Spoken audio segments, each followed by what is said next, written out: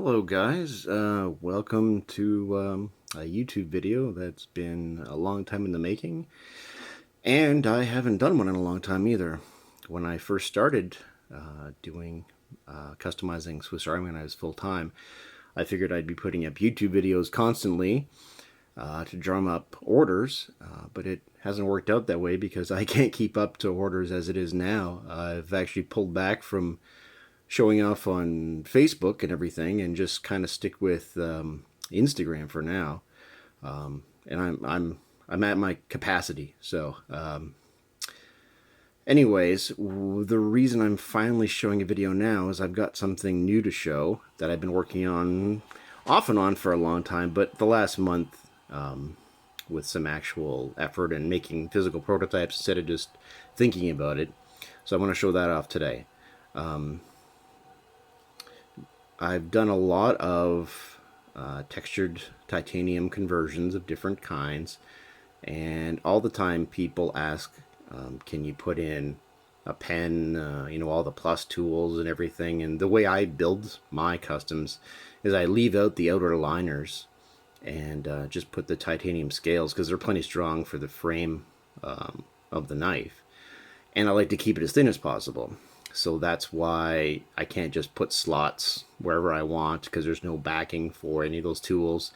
And also, the curvature of the scales I make is not going to exactly match the stock plastic little bits. And I've been really reluctant to try to do it that way. And I've always wanted to come up with an option to add whatever scale tools you want, and also not affect the aesthetic of the knife in the end. So I like the look of the scales without the little, the little grooves sticking out for the tools. I think it looks nicer. And anyway, I finally got a solution. This is the fourth version of an actual prototype I made. And this one I'm completely happy with, and it actually works. So if you've noticed yet, the back scale looks a little different, and it's a little thicker than the top one. It's actually the exact same thickness as a stock plastic scale, though. I don't know if you can tell, but it's actually identical. And so a custom made with these scales is still going to be thinner than a stock one because I don't have the outer liners in there like a stock one's got. So even though one scale is thicker, it's still going to be thinner overall.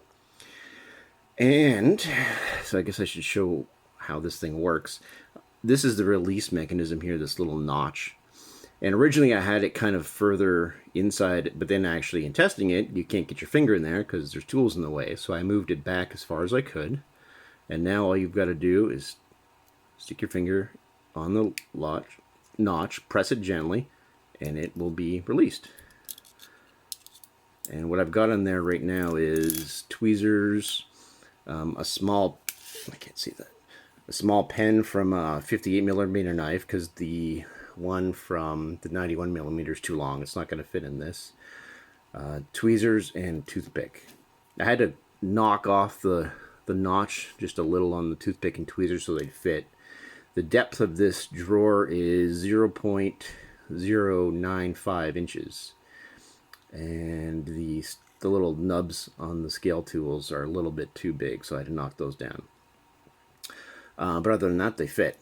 And the idea is, what I started off with is I wanted to be able to customize what scale tools my customer wants, because the value in getting a Swiss Army knife customized, you should be able to get anything you want, right? Some people want tweezers, toothpicks. Some people want, pen and tweezers, and I also wanted to make sure it could fit the smallest fire steel. I bought a bunch of these blanks from firesteel.com. I can't remember what they call it, but it's the very smallest, thinnest fire steel they have, and it does fit fine too.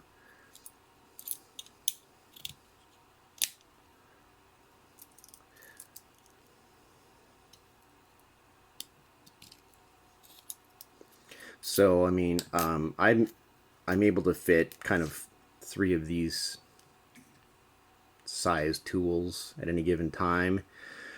But I mean, there's little bits of room left over, so you could fit like, a safety pin or a straight pin or a sewing needle and some thread, kind of whatever you want. And like I said, this is the 4th version of this scale I've done so far. So here's tweezers, a fire steel, and toothpick.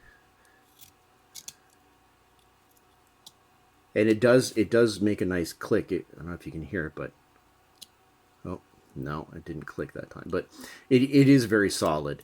And now, as I've got it with this, again, the first working prototype I've got, you can maybe just barely hear a noise in there from the tools moving around. Now, my first thought was, okay, I'll make a custom little drawer that exactly fits the scale tools, and then they won't move at all, right? But then that removes the flexibility of a customer being able to put exactly what you want in. And it kind of reminded me of, in the 80s, the Rambo survival knives with the hollow handles. I loved being able to, pretend I was going on an adventure and fit exactly the tools I wanted in there, the fish hooks and all that stuff. And it kind of felt like a bit of a throwback to that idea for me, to just have this an empty void. And the rattling is not bothering me, but what I thought of is I could put little rubber pieces at the top and bottom, or like even a bit of foam. I don't know, or if I'm using this primarily as a camping one, like maybe I want to put 3 fire steels in there and some, cotton balls or something for tinder, right? And then that's not going to rattle at all. The tweezers don't rattle at all now because they're springy, right? So they don't move in the drawer when it's closed.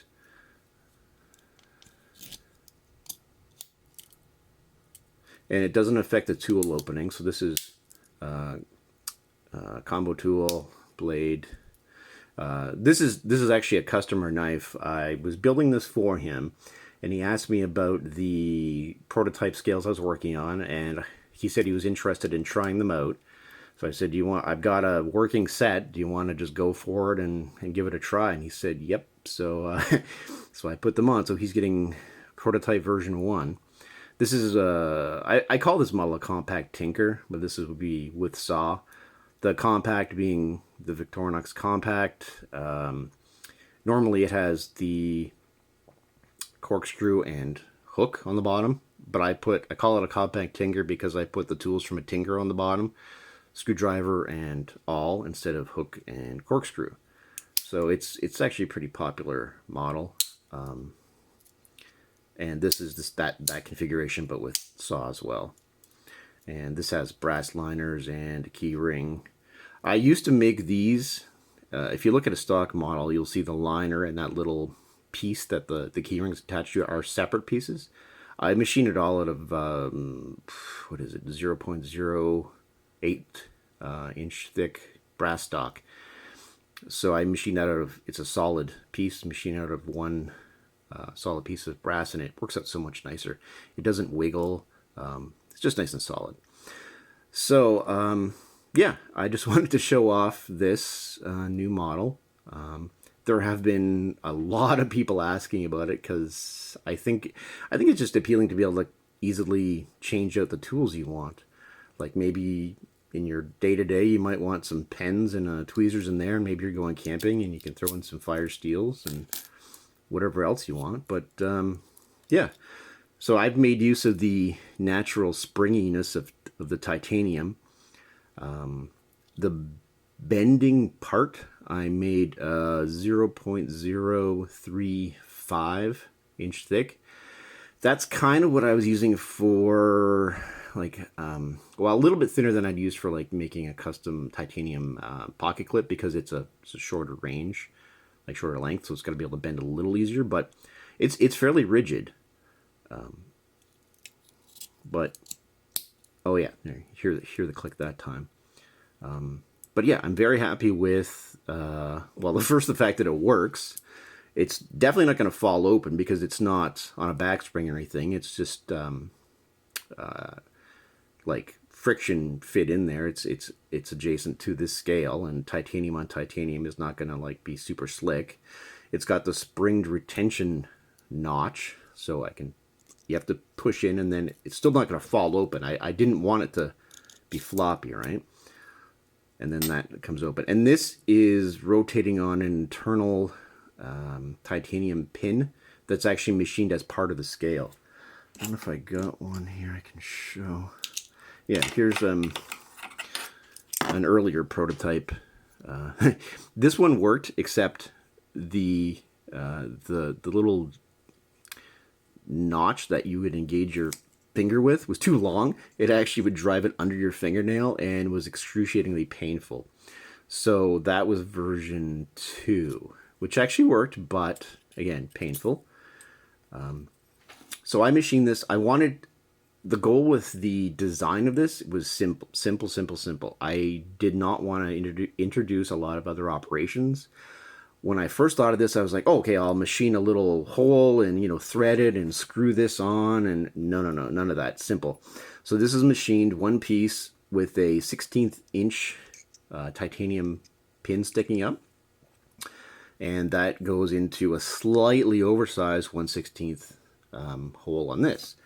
And in the final version, I made the distance between that pin and the hole short enough so that the washer that goes around there will hold it on. So I don't even have to, I originally thought I'd turn that pin into a rivet and pin it over a little bit so it wouldn't fall off. But once I've got this assembled, it's held on. And the beautiful part of that is, if my design maybe, say I didn't make that clip thick enough and it maybe fails down the road, if the customer needs to send it back, I can just take that part out once I disassemble the knife, put it in a new drawer part, and we're ready to go.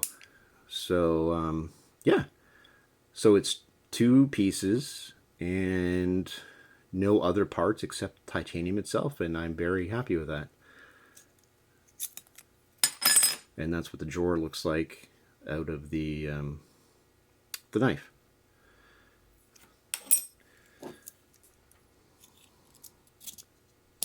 All right, so I guess that's all I wanted to show for now. It may evolve a little more, but I'm pretty happy with how it is right now. I don't want the scale to be any thicker.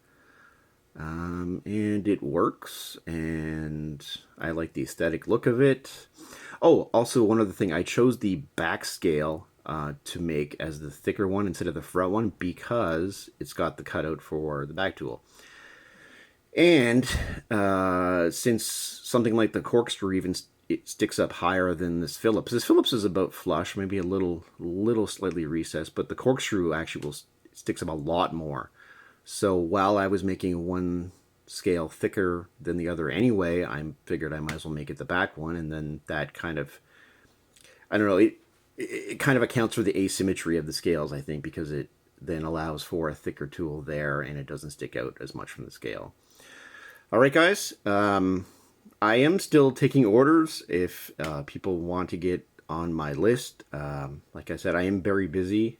I'm trying to get stuff out in about 3 or 4 weeks, so I kind of don't accept a job that's going to be a lot longer than that. If it's something like completely crazy, maybe I'd be interested. I do like a challenge now and then, but I am mostly just building kind of the same stuff I always build, titanium and brass scaled customs.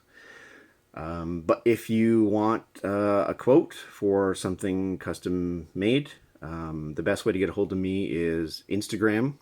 It's going to be the same as my YouTube username, Robert J. Lassard, or my Gmail account, which is sakmodder@gmail.com. All right. Thanks, guys.